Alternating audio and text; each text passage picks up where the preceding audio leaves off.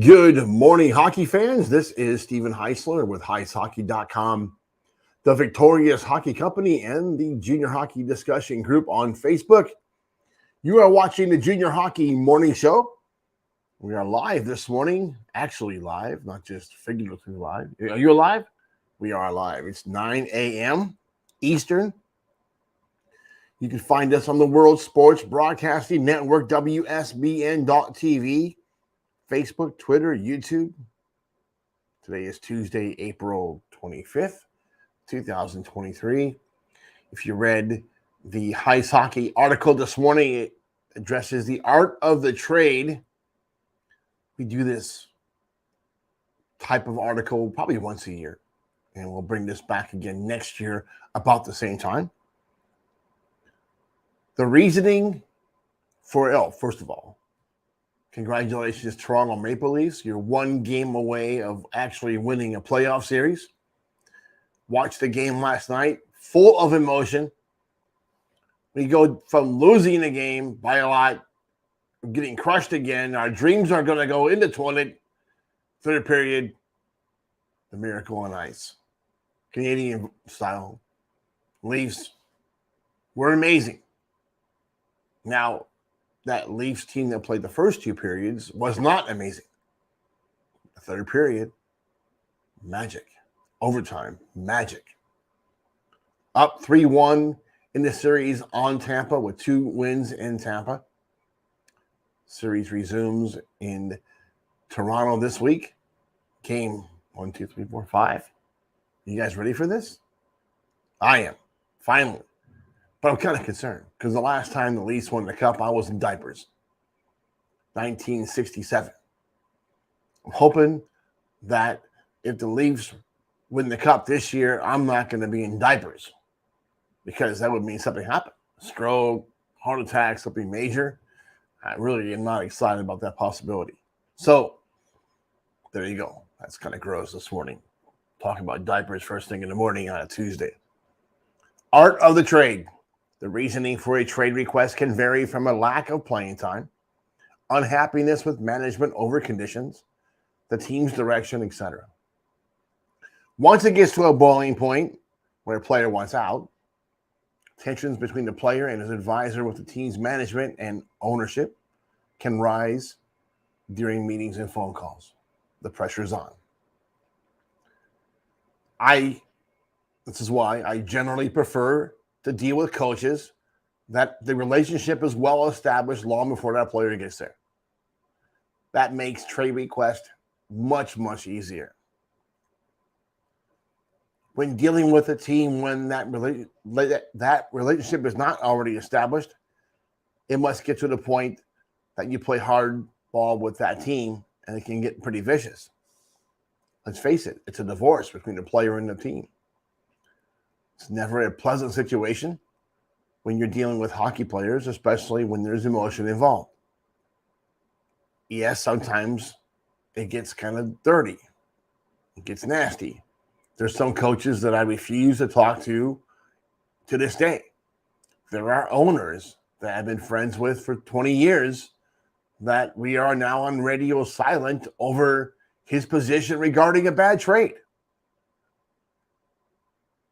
You don't punish kids, but it happens all the time.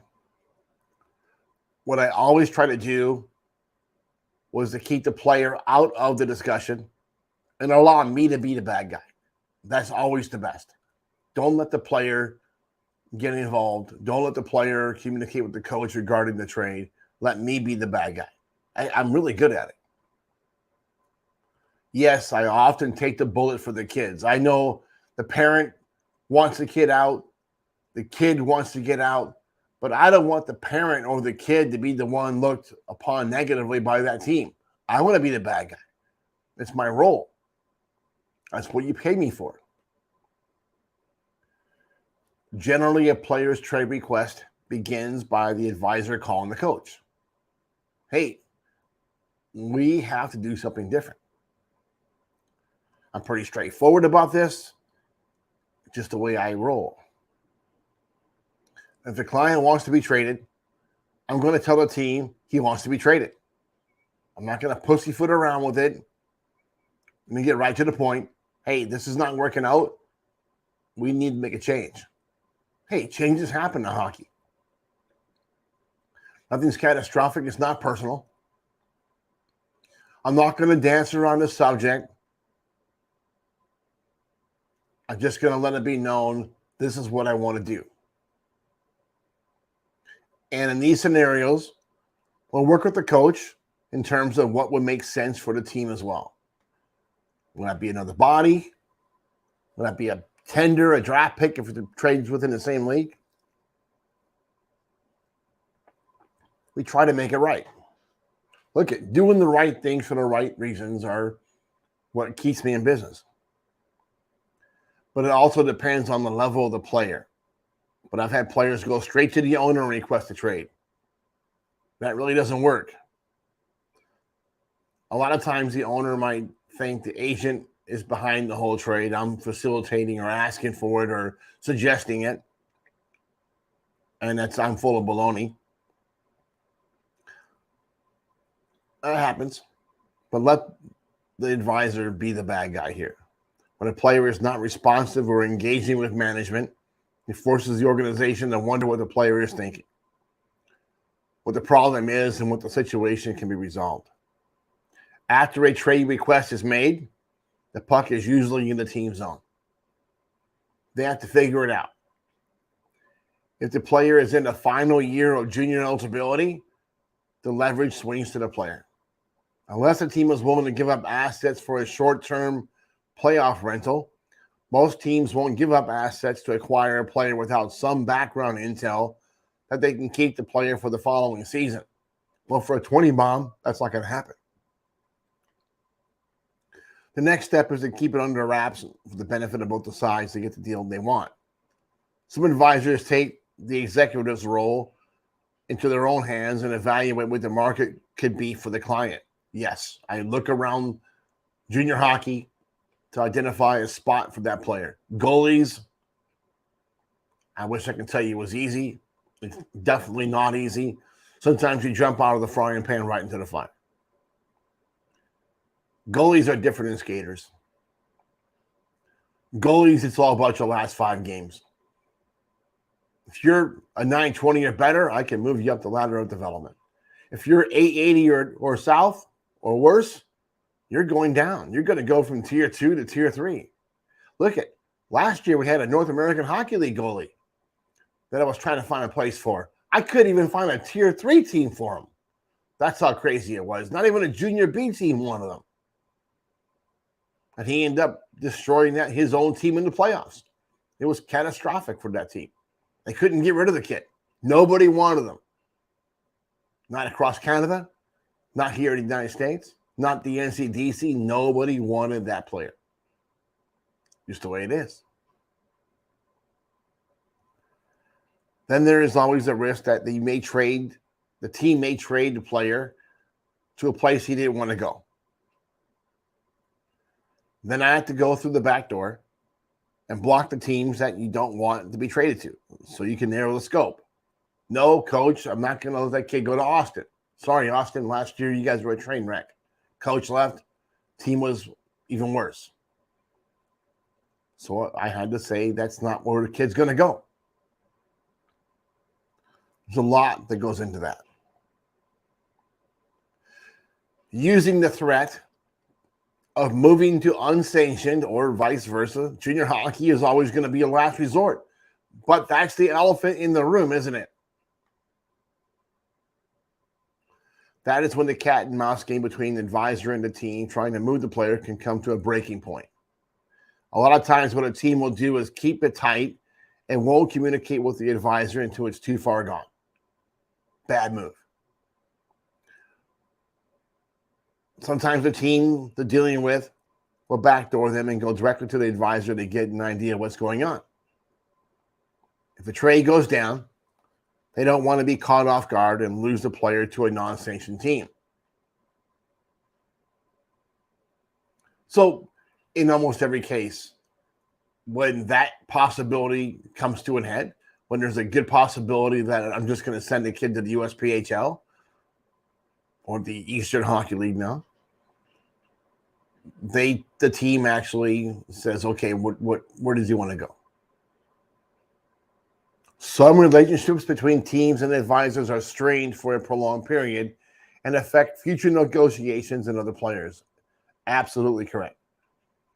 If I have a bad experience with a coach or an owner and a trade doesn't go the way we wanted it to go, or I have to go outside of sanctioned hockey and I get called every name in the book, good chance I'm not sending any more kids back to that team for a while. Really good chance. Other divorce agreements and trade requests are handled well, and the sides hold no grudges down the line. Look, I have some really good friends in junior hockey. Sometimes that friendship gets a little strained when we go into the situation like this. I had a player go from a team the next season. He went to the USPHL, thought he was going to make it, didn't make it, got injured, wanted to go back to the league. He went back to the team that he was playing on before. The coach was kind of, yeah, I'm happy you're here, but he gave him a hard time.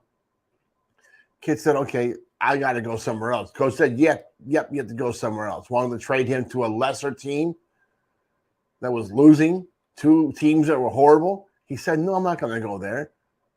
Oh, I got a deal done, but it caused some strain. When it's all said and done, the best way to handle a trade is to do things the right way. There it is, my own art of the trade. In almost every case, there's going to be ill feelings in these situations unless the coach that wants to move the player is doing so because the player is not good enough to stay on his roster. That happens. And we find lesser teams where those kids can compete. I had a block of kids once get traded from the South Division of the 3HL to Montana. Ironically, I lost every one of those clients. It was ugly. I think it was 4 players. They were not happy about it. It's okay. I didn't do it. I tried to help. It was ugly. I knew the kids were going to go somewhere. I tried to send them someplace where at least they're going to play. Little did I know that the place they were going was an absolute trailer park fire with dumpsters ablaze and crackheads and meth heads and prostitutes. It was ugly. Yeah, sometimes that thing happens. Can't control everything. Can't control all the integral parts of what happens in the junior program. I liked the coach. I thought he was going to be okay. He ended up being a dopehead. Didn't see that one coming. Welcome to junior hockey in 2020s. All right, folks, that's it for today. A little long-winded. Hope that you enjoy your morning coffee and have a great day in hockey.